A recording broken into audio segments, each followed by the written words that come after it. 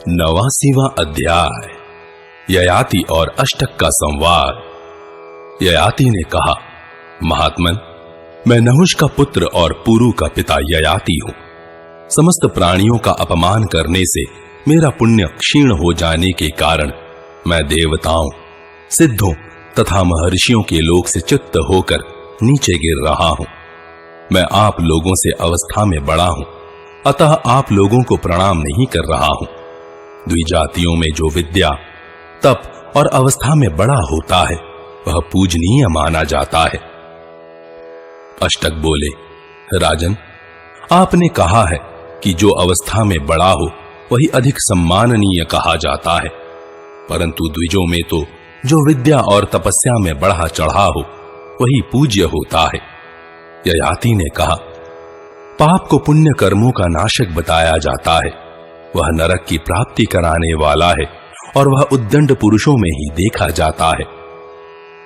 दुराचारी पुरुषों के दुराचार का श्रेष्ठ पुरुष अनुसरण नहीं करते हैं।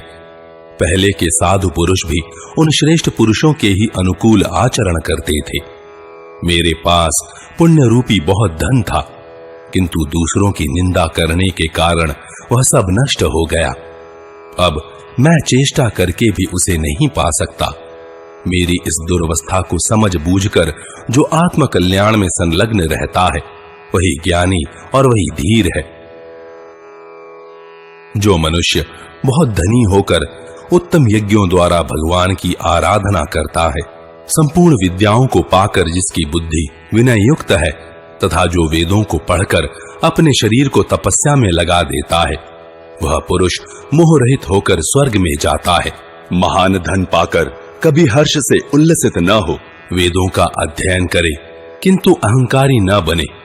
इस जीव जगत में भिन्न भिन्न स्वभाव वाले बहुत से प्राणी हैं। वे सभी प्रारब्ध के अधीन हैं, अतः उनके धनादि पदार्थों के लिए किए हुए उद्योग और अधिकार सभी व्यर्थ हो जाते हैं। इसलिए धीर पुरुष को चाहिए कि वह अपनी बुद्धि से प्रारब्ध ही बलवान है, यह जानकर दुख या सुख जो भी मिले उसमें विकार को प्राप्त न हो। जीव जो सुख अथवा दुख पाता है वह प्रारब्ध से ही प्राप्त होता है, अपनी शक्ति से नहीं। अतः प्रारब्ध को ही बलवान मानकर मनुष्य किसी प्रकार भी हर्ष अथवा शोक न करे, दुखों से संतप्त न हो और सुखों से हर्षित न हो। धीर पुरुष सदा संभाव से ही रहे और भाग्य को ही प्रबल मानकर किसी प्रकार चिंता एवं हर्ष के वशीभूत न हो। अष्टक, मैं कभी भय में पड़कर मोहित नहीं होता। मुझे कोई मानसिक संताप भी नहीं होता, क्योंकि मैं समझता हूं कि विधाता इस संसार में मुझे जैसे रखेगा वैसे ही रहूंगा। स्वेदज, अंडज, उद्भिज, सरीसृप, कृमि, जल में रहने वाले मत्स्य आदि जीव तथा पर्वत, तृण और काष्ठ, ये सभी प्रारब्ध भोग का सर्वथा क्षय हो जाने पर अपनी प्रकृति को प्राप्त हो जाते हैं।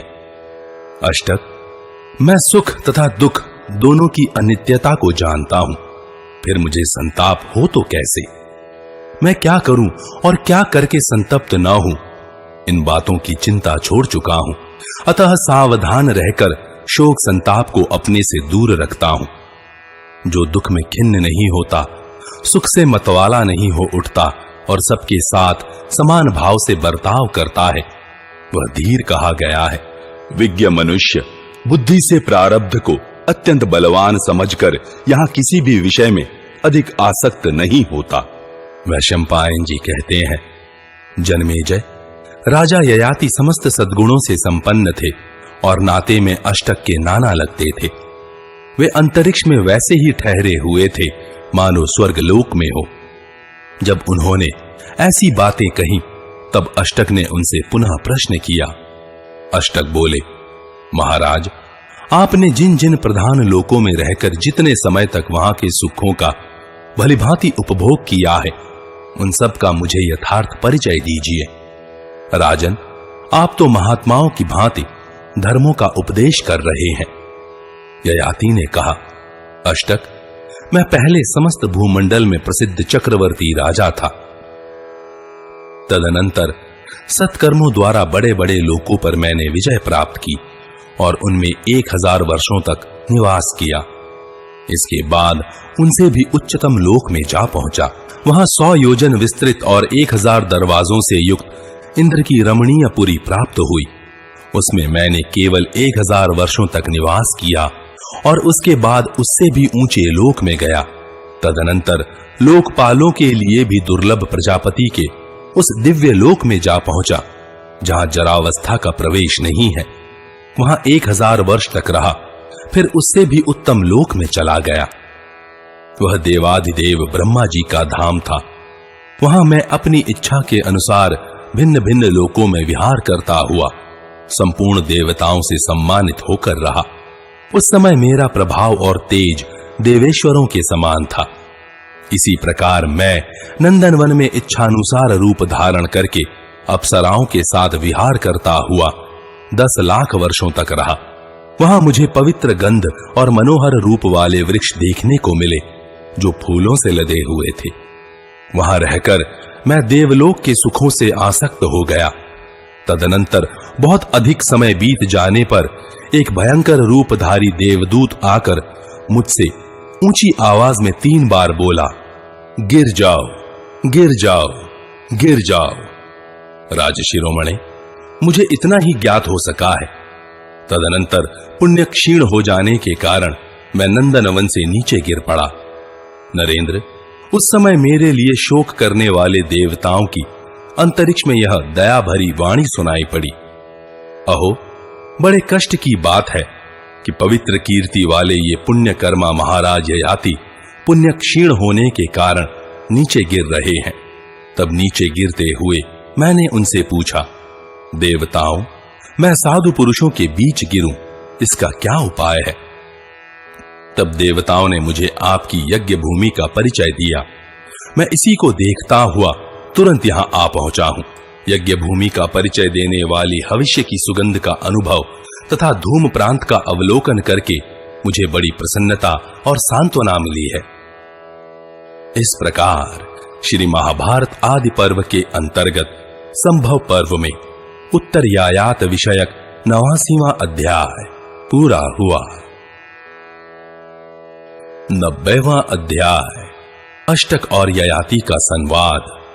अष्टक ने पूछा, सत्ययुग के निष्पाप राजाओं में प्रधान नरेश, जब आप इच्छानुसार रूप धारण करके 10 लाख वर्षों तक नंदनवन में निवास कर चुके हैं, तब क्या कारण है कि आप उसे छोड़कर भूतल पर चले आए?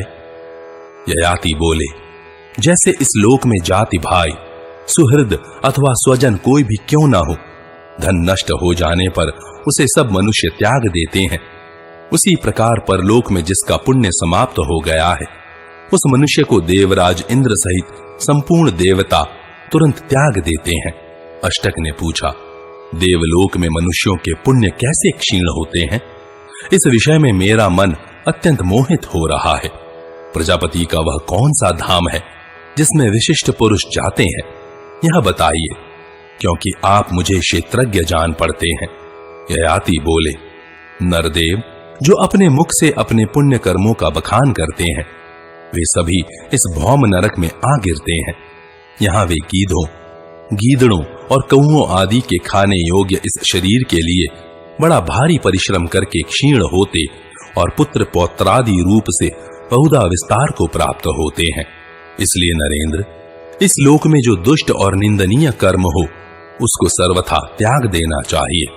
भूपाल, मैंने तुमसे सब कुछ कह दिया, बोलो अब और तुम्हें क्या बताऊं?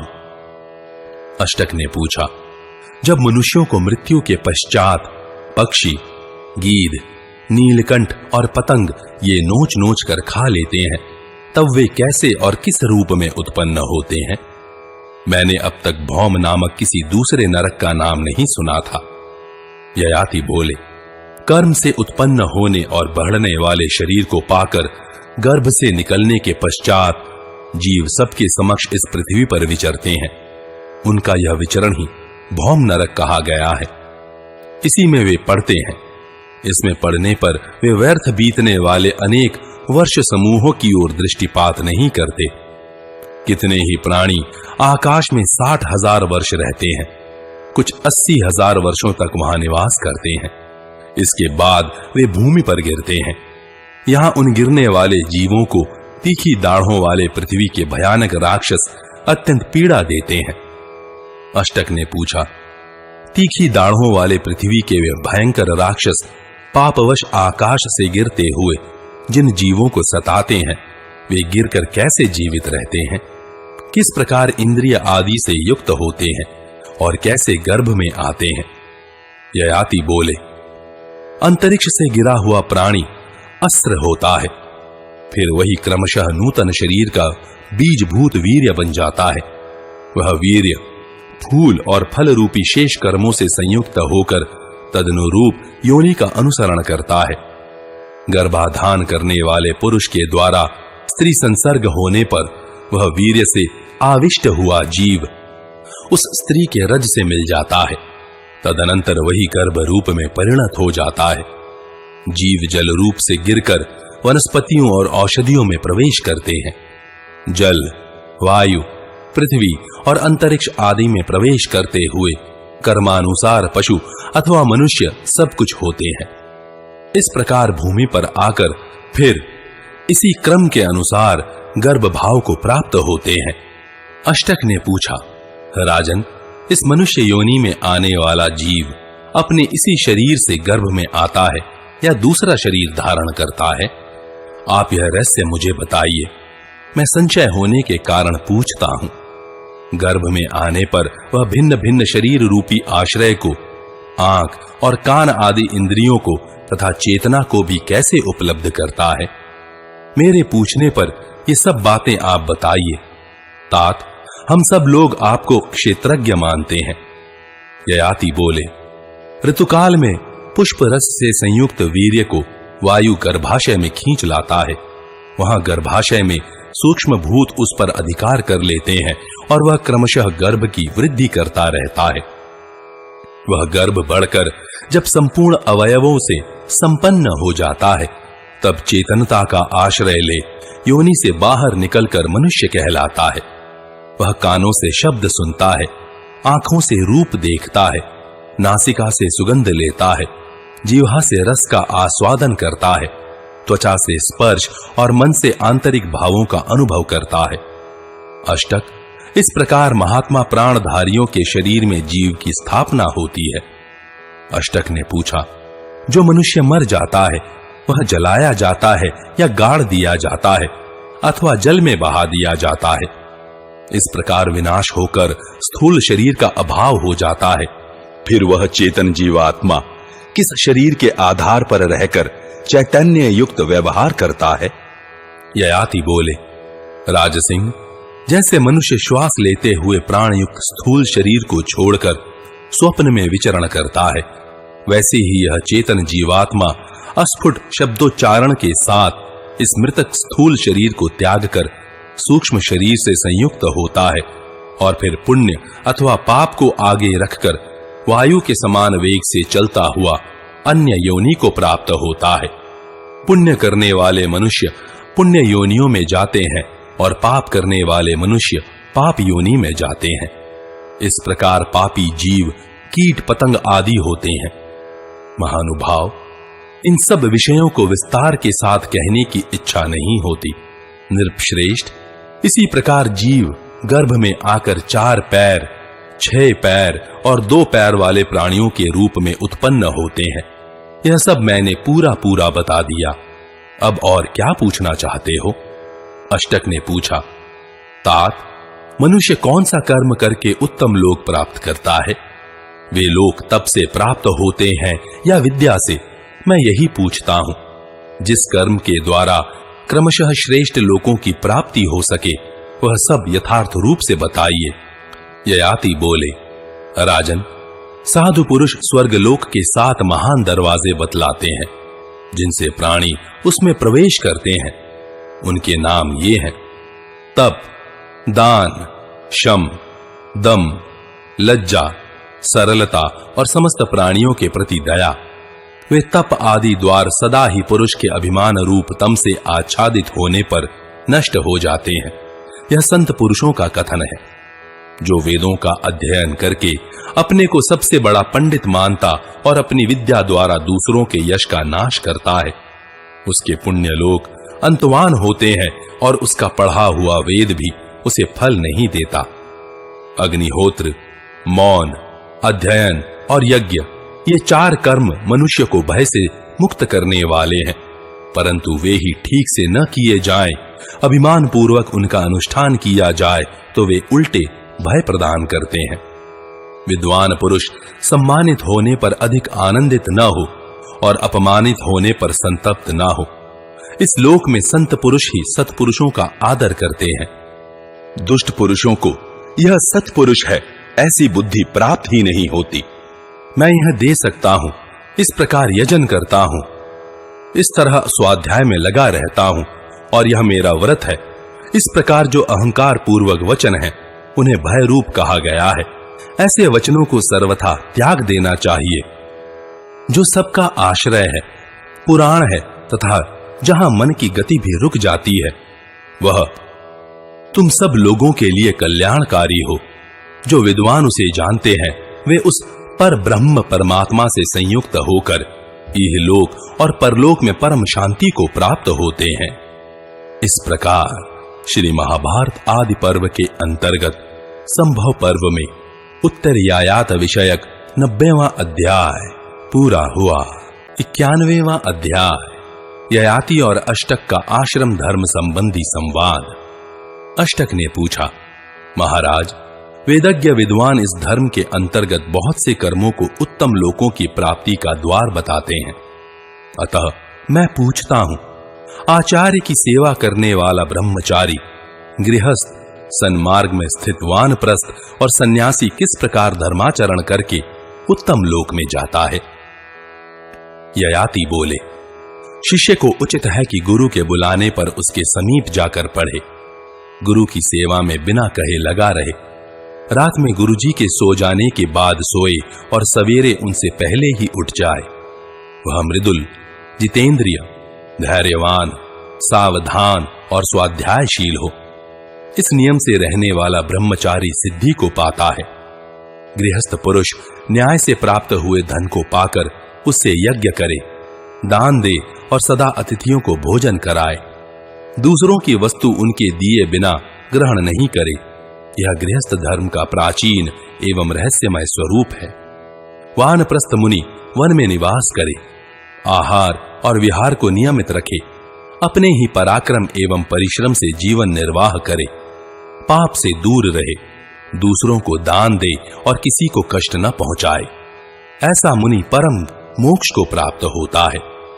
सन्यासी शिल्प कला से जीवन निर्वाह न करे, शम, दम आदि श्रेष्ठ गुणों से संपन्न हो, सदा अपनी इंद्रियों को काबू में रखे, सबसे अलग रहे, गृहस्थ के घर में न सोए, परिग्रह का भार न लेकर अपने को हल्का रखे, थोड़ा थोड़ा चले, अकेला ही अनेक स्थानों में भ्रमण करता रहे।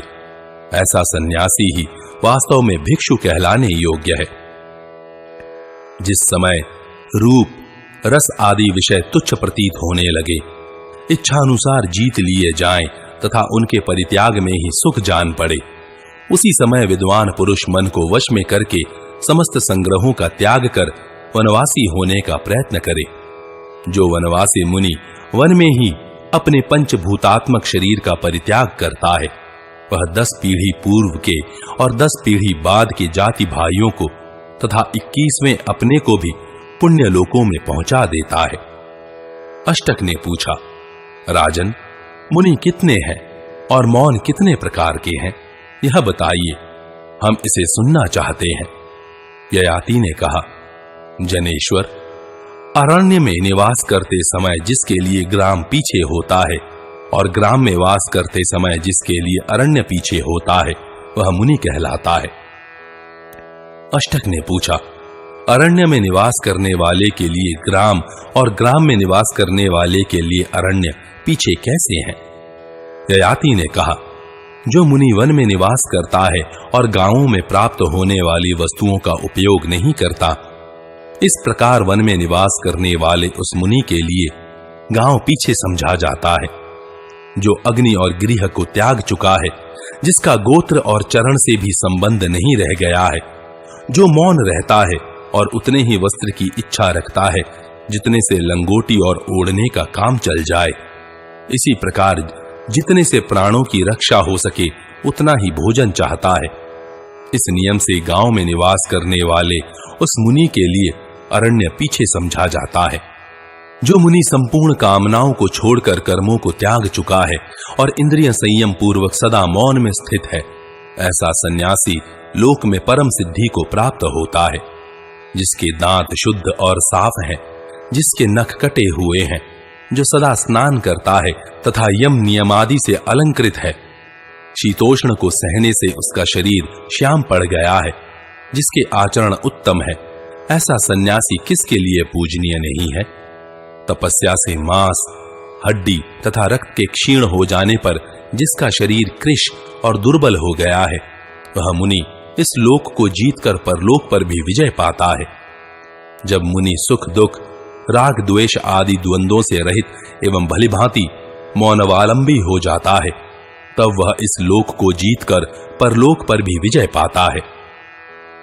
जब सन्यासी मुनि गाय बैलों की तरह मुख से ही आहार ग्रहण करता है, हाथ आदि का भी सहारा नहीं लेता, तब उसके द्वारा ये सब लोग जीत लिए गए समझे जाते हैं और वह मोक्ष की प्राप्ति के लिए समर्थ समझा जाता है।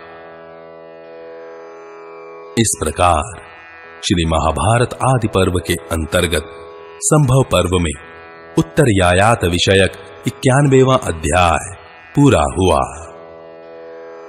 92वां अध्याय अष्टक ययाति संवाद और ययाति द्वारा दूसरों के दिए हुए पुण्यदान को अस्वीकार करना। अष्टक ने पूछा, राजन, सूर्य और चंद्रमा की तरह अपने अपने लक्ष्य की ओर दौड़ते हुए वानप्रस्थ और सन्यासी इन दोनों में से पहले कौन सा देवताओं के आत्मभाव को प्राप्त होता है? ययाति बोले, काम वृत्ति वाले गृहस्थों के बीच ग्राम में ही वास करते हुए भी जो जितेंद्रिय और गृह रहित सन्यासी है, वही उन दोनों प्रकार के मुनियों में पहले ब्रह्म भाव को प्राप्त होता है। जो वानप्रस्थ बड़ी आयु पाकर भी विषयों के प्राप्त होने पर उनसे विकृत हो, उन्हीं में विचरने लगता है, उसे यदि विषयोपभोग के अनंतर पश्चाताप होता है तो उसे मोक्ष के लिए पुनः तप का अनुष्ठान करना चाहिए। किंतु जो वानप्रस्थ मनुष्य पाप कर्मों से नित्य भय करता है और सदा अपने धर्म का आचरण करता है, वह अत्यंत सुख रूप मोक्ष को अनायास ही प्राप्त कर लेता है। राजन, जो पाप बुद्धि वाला मनुष्य अधर्म का आचरण करता है, उसका वह आचरण निरशंस और असत्य कहा गया है, एवं उस अजितेंद्रिय का धन भी वैसा ही पापमय और असत्य है। परंतु वानप्रस्थ मुनि का जो धर्म पालन है, वही सरलता है, वही समाधि है और वही श्रेष्ठ आचरण है। अष्टक ने पूछा, राजन, आपको यहां किसने बुलाया, किसने भेजा है? आप अवस्था में तरुण, फूलों की माला से सुशोभित, दर्शनीय तथा उत्तम तेज से उद्भासित जान पड़ते हैं। आप कहां से आए हैं? किस दिशा में भेजे गए हैं? अथवा क्या आपके लिए इस पृथ्वी पर कोई उत्तम स्थान है? ययाति ने कहा, मैं अपने पुण्य का क्षय होने से भौम नरक में प्रवेश करने के लिए आकाश से गिर रहा हूं। ब्रह्मा जी के जो लोकपाल हैं, वे मुझे गिरने के लिए जल्दी मचा रहे हैं, अतः आप लोगों से पूछकर विदा लेकर इस पृथ्वी पर गिरूंगा। नरेंद्र, मैं जब इस पृथ्वी तल पर गिरने वाला था, उस समय मैंने इंद्र से यह वर मांगा था कि मैं साधु पुरुषों के समीप गिरूं। वह वर मुझे मिला, जिसके कारण आप सब सद्गुणी संतों का संग प्राप्त हुआ। अष्टक बोले, महाराज, मेरा विश्वास है कि आप पारलौकिक धर्म के ज्ञाता हैं। मैं आपसे एक बात पूछता हूं, क्या अंतरिक्ष या स्वर्ग लोक में मुझे प्राप्त होने वाले पुण्य लोक भी हैं? यदि हो तो आप नीचे न गिरें, आपका पतन न हो। ययाति ने कहा, नरेंद्र सिंह, इस पृथ्वी पर जंगली और पर्वतीय पशुओं के साथ जितने गाय, घोड़े आदि पशु रहते हैं, स्वर्ग में तुम्हारे लिए उतने ही लोक विद्यमान हैं। तुम इसे निश्चय जानो। अष्टक बोले, राजेंद्र, स्वर्ग में मेरे लिए जो लोक विद्यमान है वे सब आपको देता हूं, परंतु आपका पतन न हो। अंतरिक्ष या द्युलोक में मेरे लिए जो स्थान है उनमें आप शीघ्र ही मोह रहित होकर चले जाएं। ययाति ने कहा, नृपश्रेष्ठ, ब्रह्मवेत्ता ब्राह्मण ही प्रतिग्रह लेता है, मेरे जैसा क्षत्रिय कदापि नहीं। नरेंद्र, जैसे दान करना चाहिए उस विधि से पहले मैंने भी सदा उत्तम ब्राह्मणों को बहुत दान दिए हैं। जो ब्राह्मण नहीं है उसे दीन याचक बनकर कभी जीवन नहीं बिताना चाहिए। याचना तो विद्या से दिग्विजय करने वाले विद्वान ब्राह्मण की पत्नी है, अर्थात ब्रह्मवेत्ता ब्राह्मण को ही याचना करने का अधिकार है। मुझे उत्तम सत्कर्म करने की इच्छा है, अतः ऐसा कोई कार्य कैसे कर सकता हूं जो पहले कभी नहीं किया हो। प्रतर्दन बोले, वांछनीय रूप वाले श्रेष्ठ पुरुष, मैं प्रतर्दन हूं और आपसे पूछता हूं, यदि अंतरिक्ष अथवा स्वर्ग में मेरे भी लोक हों तो बताइए, मैं आपको पारलौकिक धर्म का ज्ञाता मानता हूं। ययाति ने कहा, नरेंद्र, आपके तो बहुत लोक हैं, यदि एक एक लोक में 7-7 दिन रहा जाए तो भी उनका अंत नहीं है। वे सब के सब अमृत के झरने बहाते हैं एवं घृत से युक्त हैं, उनमें शोक का सर्वथा अभाव है। वे सभी लोग आपकी प्रतीक्षा कर रहे हैं। प्रतर्दन बोले, महाराज, वे सभी लोग मैं आपको देता हूं, आप नीचे न गिरें। जो मेरे लोक हैं वे सब आपके हो जाएं। वे अंतरिक्ष में हो या स्वर्ग में, आप शीघ्र मोह रहित होकर उनमें चले जाइए। ययाति ने कहा, राजन, कोई भी राजा समान तेजस्वी होकर दूसरे से पुण्य तथा योगक्षेम की इच्छा न करे। विद्वान राजा दैववश भारी आपत्ति में पड़ जाने पर भी कोई पापमय कार्य न करे।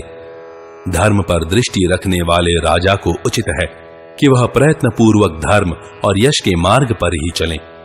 जिसकी बुद्धि धर्म में लगी हो उस मेरे जैसे मनुष्य को जानबूझकर ऐसा दीनतापूर्ण कार्य नहीं करना चाहिए जिसके लिए आप मुझसे कह रहे हैं। जो शुभ कर्म करने की इच्छा रखता है वह ऐसा काम नहीं कर सकता जिसे अन्य राजाओं ने नहीं किया हो। जो धर्म और अधर्म का भलीभांति निश्चय करके कर्तव्य और अकर्तव्य के विषय में सावधान होकर विचरता है, वही राजा बुद्धिमान, सत्य प्रतिज्ञ और मनस्वी है। वह अपनी महिमा से लोकपाल होता है। जब धर्म कार्य में संचय हो अथवा जहां न्यायतः काम और अर्थ दोनों आकर प्राप्त हो, वहां पहले धर्म कार्य का ही संपादन करना चाहिए, अर्थ और काम का नहीं। यही धर्म है। इस प्रकार की बातें कहने वाले राजा ययाति से नृपश्रेष्ठ वसुमान बोले, इस प्रकार श्री महाभारत आदि पर्व के अंतर्गत संभव पर्व में उत्तरयायात विषयक 92वां अध्याय पूरा हुआ। 93वां अध्याय राजा ययाति का वसुमान और शिबी के प्रतिग्रह को अस्वीकार करना तथा अष्टक आदि चारों राजाओं के साथ स्वर्ग में जाना। वसुमान ने कहा, नरेंद्र, मैं उष्दश्व का पुत्र वसुमान हूं और आपसे पूछ रहा हूं, यदि स्वर्ग या अंतरिक्ष में मेरे लिए भी कोई विख्यात लोक हो तो बताइए। महात्मन, मैं आपको पारलौकिक धर्म का ज्ञाता मानता हूं। ययाति ने कहा, राजन, पृथ्वी, आकाश और दिशाओं के जितने प्रदेश को सूर्यदेव अपनी किरणों से तपाते और प्रकाशित करते हैं, उतने लोक तुम्हारे लिए स्वर्ग में स्थित हैं। वे अंतवान न होकर चिरस्थायी हैं और आपकी प्रतीक्षा करते हैं। वसुमान बोले, राजन, वे सभी लोक मैं आपके लिए देता हूं, आप नीचे न गिरें। मेरे लिए जितने पुण्य लोक हैं वे सब आपके हो जाएं। धीमन, यदि आपको प्रतिग्रह लेने में दोष दिखाई देता हो तो एक मुट्ठी तिन का मुझे मूल्य के रूप में देकर मेरे इन सभी लोकों को खरीद लें। ययाति ने कहा, मैंने इस प्रकार कभी झूठ मूठ की खरीद बिक्री को अथवा छल पूर्वक व्यर्थ कोई वस्तु ली हो, इसका मुझे स्मरण नहीं है। मैं काल चक्र से शंकित रहता हूं। जिसे पूर्ववर्ती अन्य महापुरुषों ने नहीं किया वह कार्य मैं भी नहीं कर सकता हूं, क्योंकि मैं सत्कर्म करना चाहता हूं। वसुमान बोले, राजन, यदि आप खरीदना नहीं चाहते तो मेरे द्वारा स्वतः अर्पण किए हुए पुण्य लोकों को ग्रहण कीजिए। नरेंद्र, निश्चय जानिए मैं उन लोकों में नहीं जाऊंगा, वे सब आपके ही अधिकार में रहें। शिबी ने कहा, तात, मैं उशिनर का पुत्र शिबी आपसे पूछता हूं, यदि अंतरिक्ष या स्वर्ग में मेरे भी पुण्य लोक हों तो बताइए, क्योंकि मैं आपको इस धर्म का ज्ञाता मानता हूं। ययाति बोले, नरेंद्र, जो जो साधु पुरुष तुमसे कुछ मांगने के लिए आए उनका तुमने वाणी से कौन कहे मन से भी अपमान नहीं किया। इस कारण स्वर्ग में तुम्हारे लिए अनंत लोक विद्यमान है, जो विद्युत के समान तेजोमय, भांति भांति के सुमधुर शब्दों से युक्त तथा महान है। शिबी ने कहा, महाराज, यदि आप खरीदना नहीं चाहते तो मेरे द्वारा स्वयं अर्पण किए हुए पुण्य लोकों को ग्रहण कीजिए। उन सब को देकर निश्चय ही मैं उन लोकों में नहीं जाऊंगा। वे लोग ऐसे हैं जहां जाकर धीर पुरुष कभी शोक नहीं करते। ययाति बोले, नरदेव शिबी, जिस प्रकार तुम इंद्र के समान प्रभावशाली हो, उसी प्रकार तुम्हारे वे लोक भी अनंत हैं। तथापि दूसरे के दिए हुए लोक में मैं विहार नहीं कर सकता, इसीलिए तुम्हारे दिए हुए का अभिनंदन नहीं करता। अष्टक ने कहा, राजन, यदि आप हम में से एक एक के दिए हुए लोकों को प्रसन्नता पूर्वक ग्रहण नहीं करते तो हम सब लोग अपने पुण्य लोक आपकी सेवा में अर्पित करके नरक में जाने को तैयार हैं। ययाति बोले, मैं जिसके योग्य हूं उसी के लिए यत्न करो, क्योंकि साधु पुरुष सत्य का ही अभिनंदन करते हैं। मैंने पूर्व काल में जो कर्म नहीं किया उसे अब भी करने योग्य नहीं समझता। अष्टक ने कहा, आकाश में ये किसके 5 सुवर्णमय रथ दिखाई देते हैं, जिन पर आरूढ़ होकर मनुष्य सनातन लोकों में जाने की इच्छा करता है। ययाति बोले, ऊपर आकाश में स्थित प्रज्वलित अग्नि की लपटों के समान जो 5 सुवर्णमय रथ प्रकाशित हो रहे हैं, ये आप लोगों को ही स्वर्ग में ले जाएंगे। वैशंपायन जी कहते हैं, राजन, इसी समय तपस्विनी माधवी उधर आ निकली। उसने मृगचर्म से अपने सब अंगों को ढक रखा था। वृद्धावस्था प्राप्त होने पर वह मृगों के साथ विचरती हुई मृगव्रत का पालन कर रही थी। उसकी भोजन सामग्री और चेष्टा मृगों के ही तुल्य थी। वह मृगों के झुंड के साथ यज्ञ मंडप में प्रवेश करके अत्यंत विस्मित हुई और यज्ञी धूम की सुगंध लेती हुई मृगों के साथ वहां विचरने लगी। यज्ञशाला में घूम घूम कर अपने पराजित पुत्रों को देखती, यज्ञशाला में घूम घूम कर अपने अपराजित पुत्रों को देखती और यज्ञ की महिमा का अनुभव करती हुई माधवी बहुत प्रसन्न हुई। उसने देखा स्वर्गवासी नहुष नंदन महाराज ययाति आए हैं, परंतु पृथ्वी का स्पर्श नहीं कर रहे हैं। अपने पिता को पहचान कर माधवी ने उन्हें प्रणाम किया।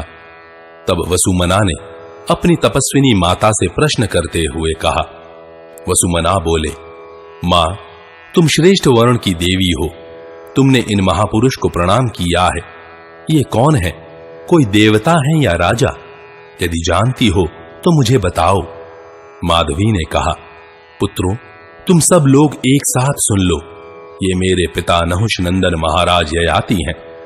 मेरे पुत्रों के सुविख्यात मातामह ये ही हैं। इन्होंने मेरे भाई पुरु को राज्य पर अभिषिक्त करके स्वर्गलोक की यात्रा की थी, परंतु न जाने किस कारण से ये महायशस्वी महाराज पुनः यहां आए हैं। वैशंपायन जी कहते हैं, राजन, माता की यह बात सुनकर वसुमना ने कहा, मां, ये अपने स्थान से भ्रष्ट हो गए हैं। पुत्र का यह वचन सुनकर माधवी भ्रांत चित्त हो उठी और दौहित्रों से घिरे हुए अपने पिता से इस प्रकार बोली।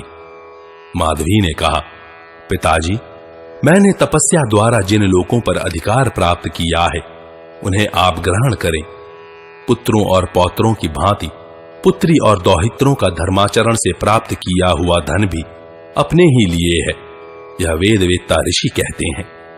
अतः आप हम लोगों के दान एवं तपस्या जनित पुण्य से स्वर्गलोक में जाइए। ययाति बोले, यदि यह धर्म जनित फल है तब तो इसका शुभ परिणाम अवश्यंभावी है।